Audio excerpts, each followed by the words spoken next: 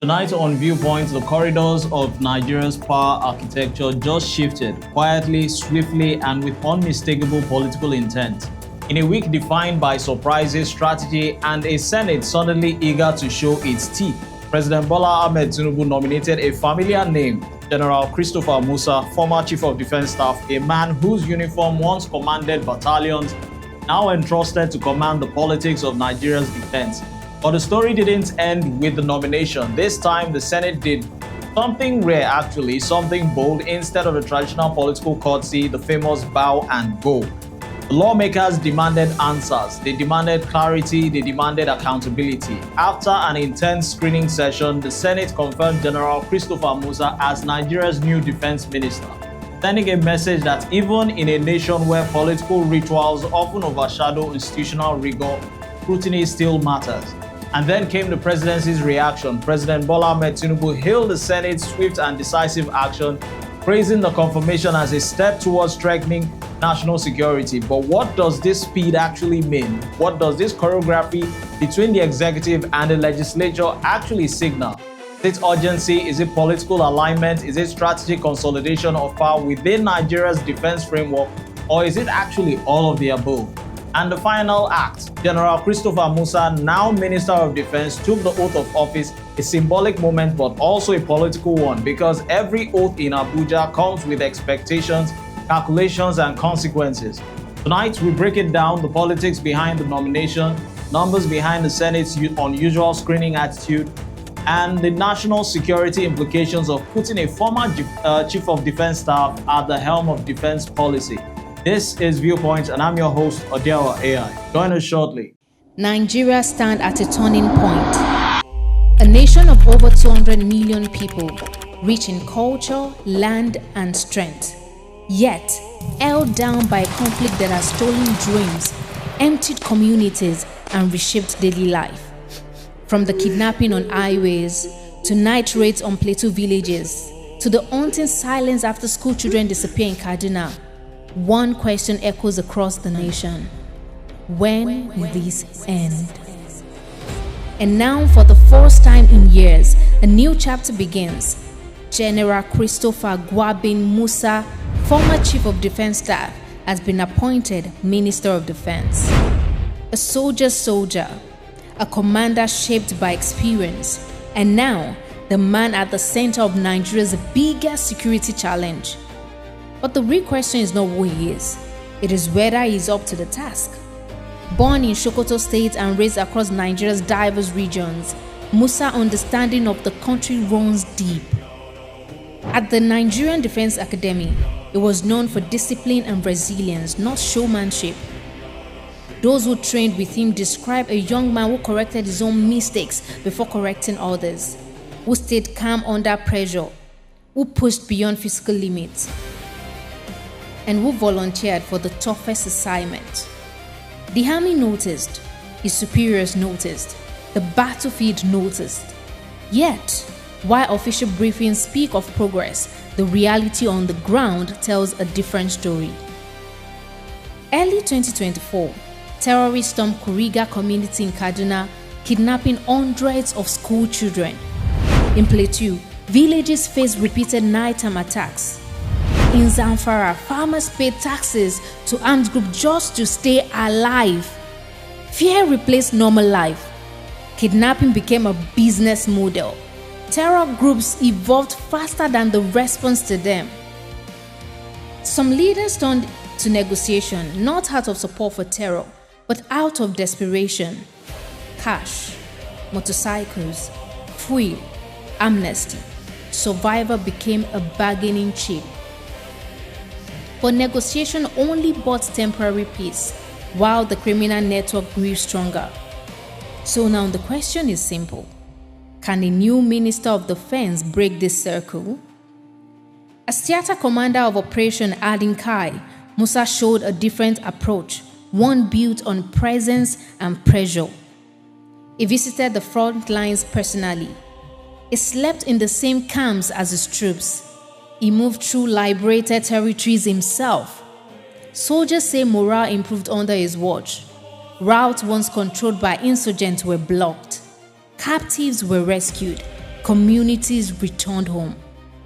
But leading a battlefield and leading an entire national defense structure are two different challenges. Now, a Minister of Defense, Musa, faces a fragmented security landscape, terrorists who have adapted and expanded, communities that no longer trust promises, a military struggling with morale, logistics, and corruption, and political forces that often demand compromise over confrontation. Been praised for firmness, criticized for being too direct, admired by some, doubted by others. So the question remains, is General Musa the right man for this moment? Not because of his past achievements, but because of what Nigeria needs now. A new strategy, a stronger military, a nation that can finally reclaim its security. Nigeria has carried fear for too long. Its people have endured too much. Its soldiers have sacrificed more than many will ever know. The appointment has been made. The responsibility is heavy. The expectations are enormous. And the nation waits to see, not the soldier he was, but the minister he will become.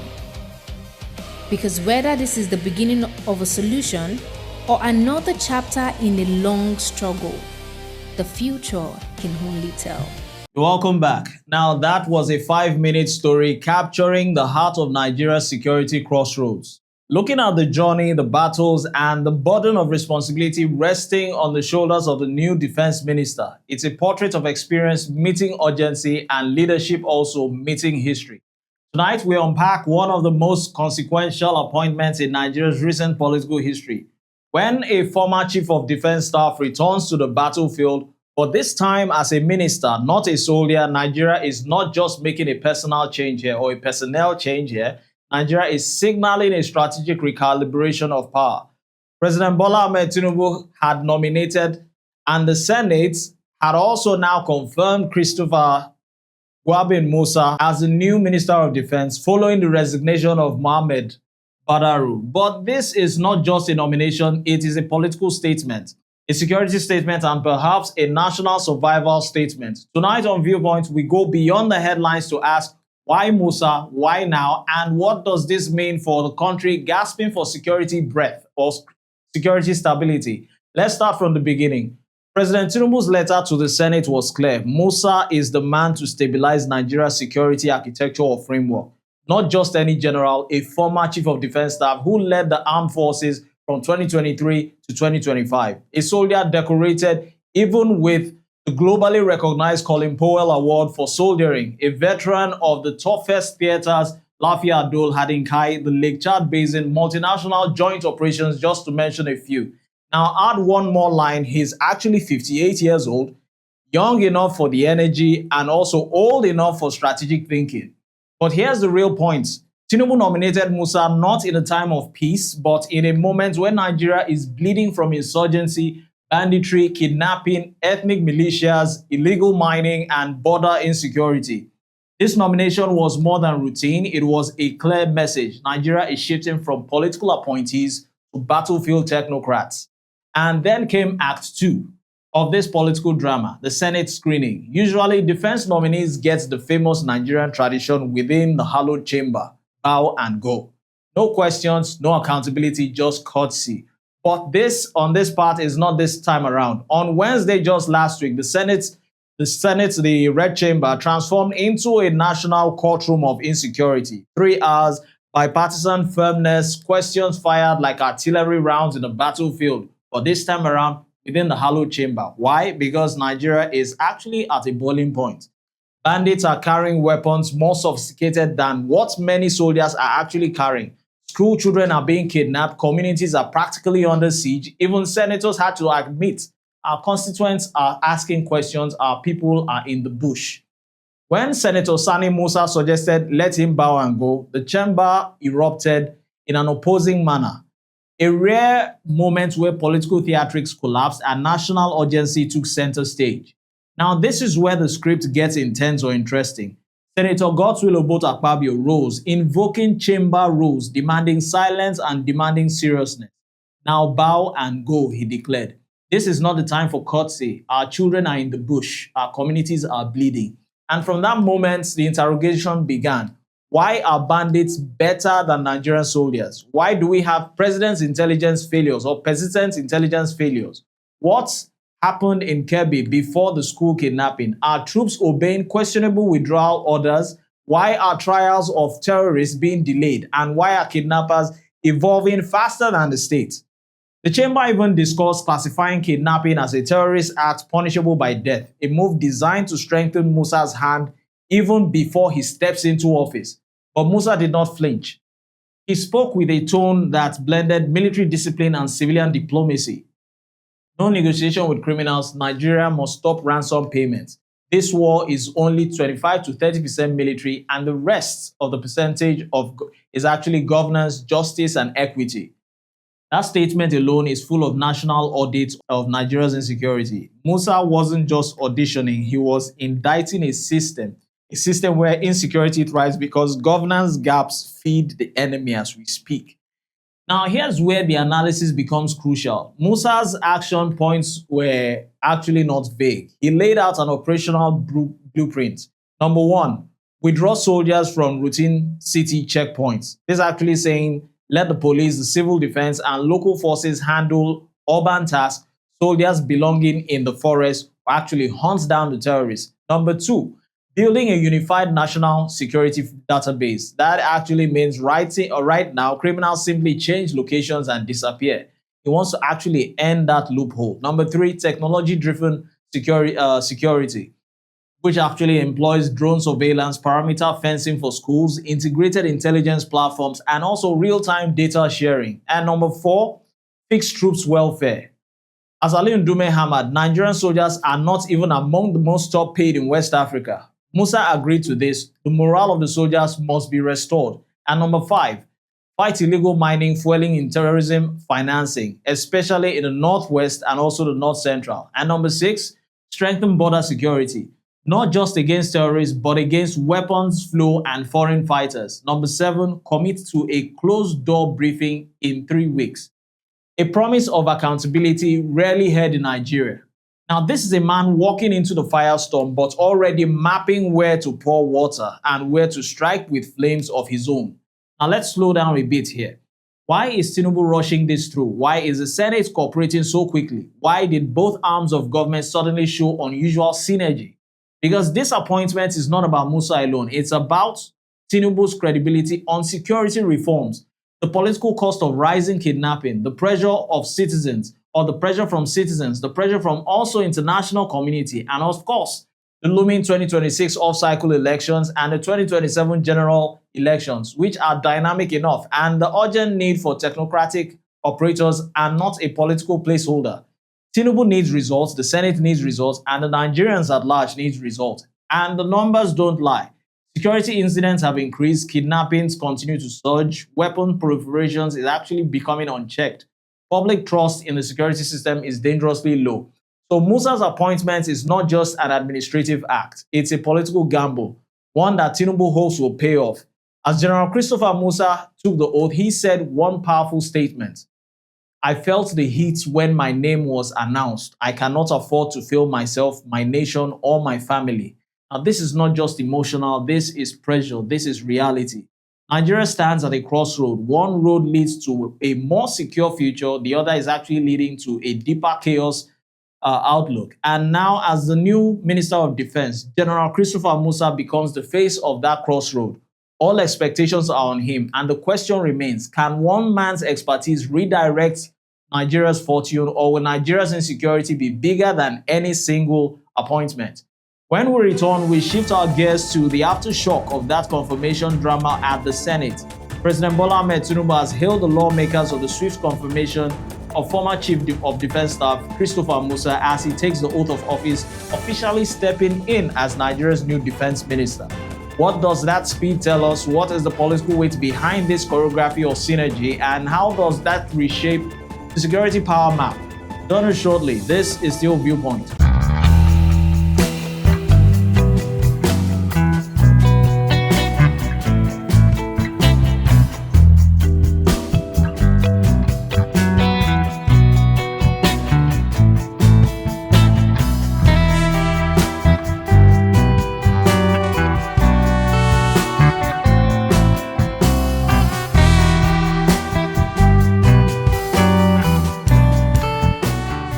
You're welcome back. Now, Nigeria's security framework has taken a decisive turn, one that is swift, symbolic, and politically loaded. In less than 48 hours, President Bola Ahmed Tinubu nominated a former chief of defense staff, the Senate screening him under the nation's brightest spotlight. And now, Christopher Musa has taken the oath of Nigeria's new defense minister.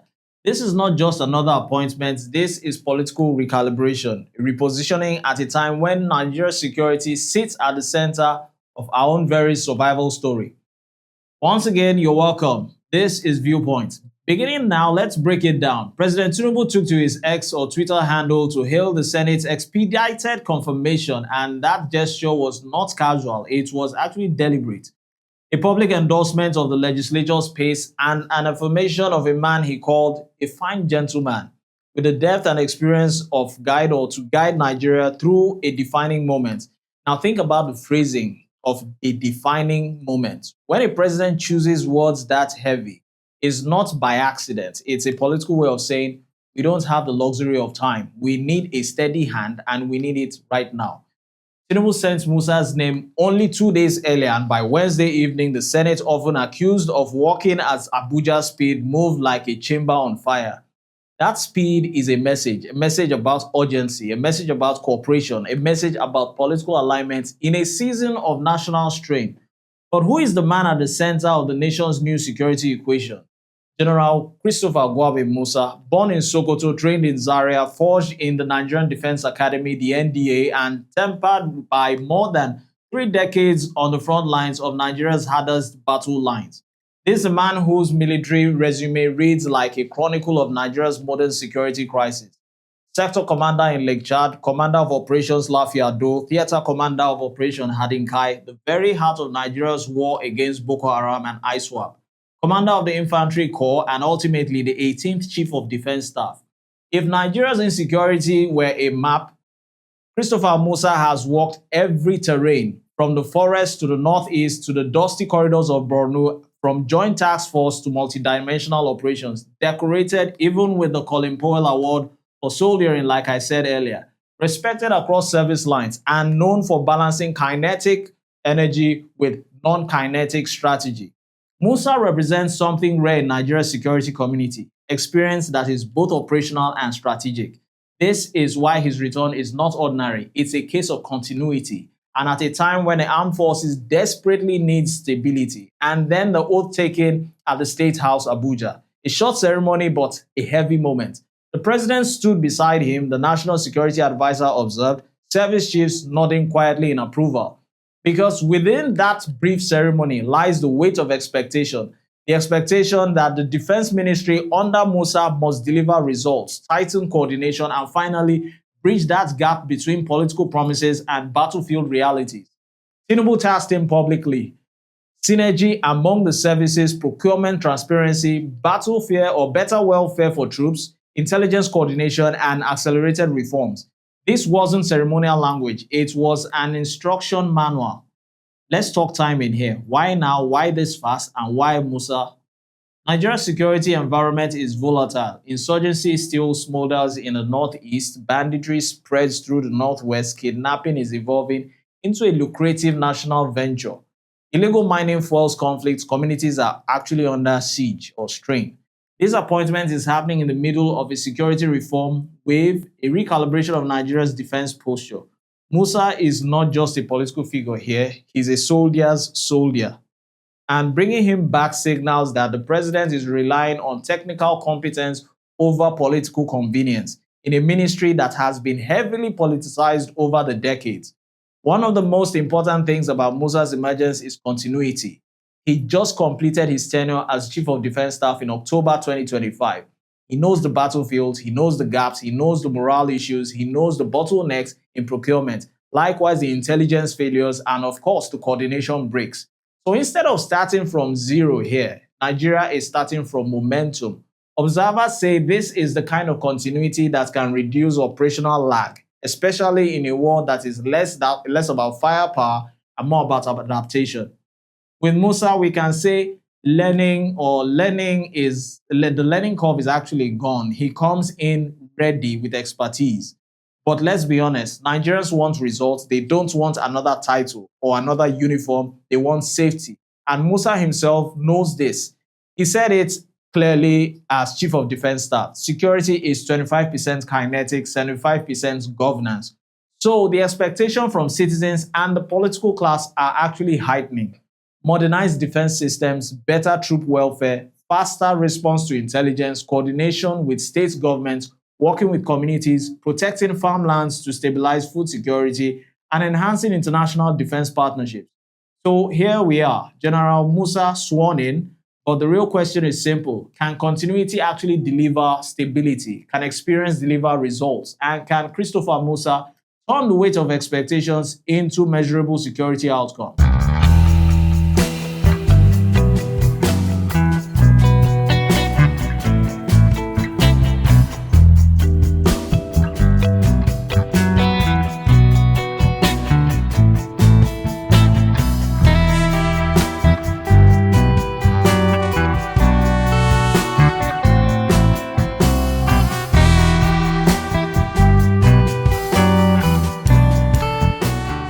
We leave it there tonight. From Tinubu's nomination of former Chief of Defense Staff General Christopher Musa retired to a Senate screening that refused the old bow and go culture, to a confirmation delivered with rare speed, and finally, the oath of office that seals Musa's entry into Nigeria's defense cockpit.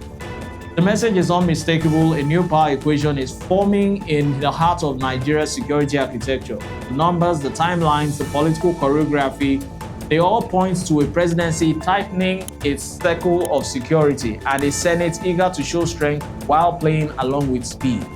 I've been your host, Odiawa AI, and the show has been Viewpoint. Endeavor to follow us across our social media platforms. Thanks for watching.